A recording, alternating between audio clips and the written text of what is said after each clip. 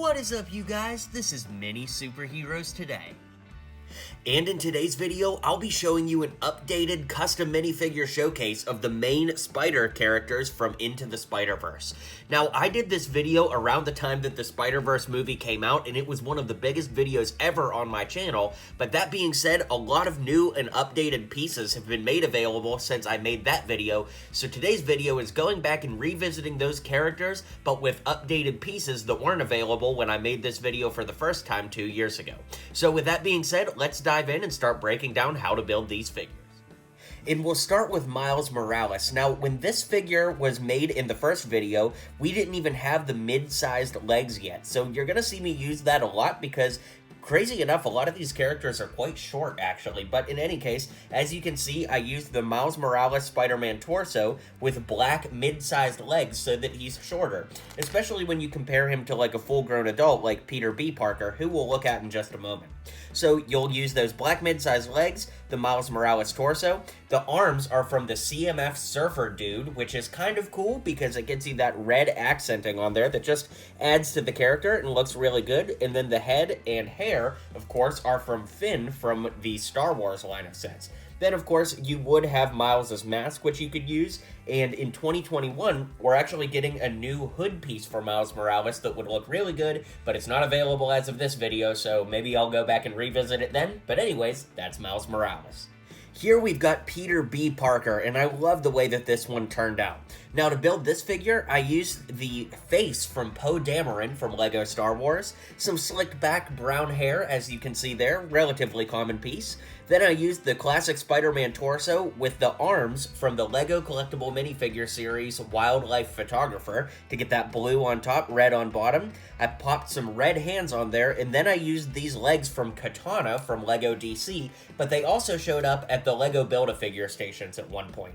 Now, the SpiderHam torso would actually be a good choice too, because he's kind of got a little bit of belly printing there, but unfortunately, you kind of need both figures at the same time, and I would imagine not very many people out there have two SpiderHams, so I made the decision to use this torso on Peter B. Parker.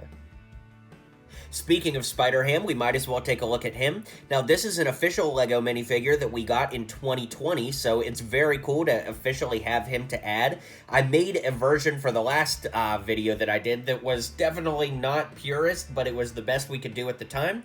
And once again, like with Peter B. Parker, I would recommend using these arms, the blue on top, red on bottom, on SpiderHam, because it does add some nice color variation to the figure. So I'll just pop that off there and show you what it would look like. But again, I don't imagine that a lot of you would have those expendable pieces, so if you have to use it on one, I recommend using it on Peter B. Parker, but if you have more than one set, by all means, I would recommend throwing them on both figures.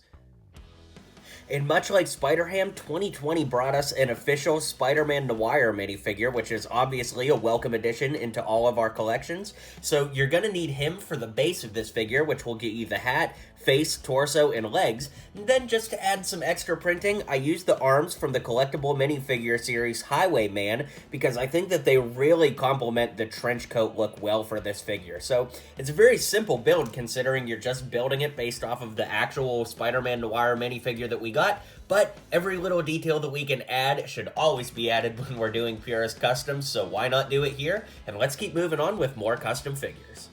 And here we've got Gwen Stacy, aka Spider-Gwen, and it's a really great interpretation of the figure, if I do say so myself. So the torso comes from the regular old Ghost Spider, Spider-Gwen, Gwen Stacy, whatever we want to call her minifigure, which has come in several LEGO sets at this point.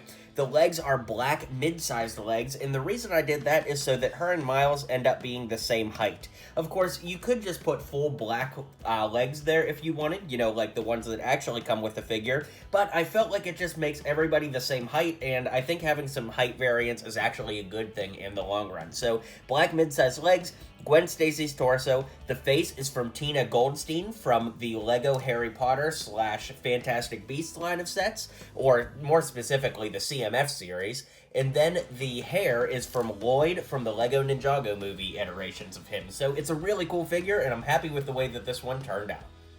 And last but not least, we have Penny Parker, which I think this one turned out really well. I made some upgrades for my first version of this, and a lot of people in the comments suggested using this head, so there would be too many people to shout out for it, but this was a great recommendation for all of you that recommended it. So the face is from the Mighty Micros version of Wonder Woman, which is a really great look to get you kind of that anime look for Penny Parker.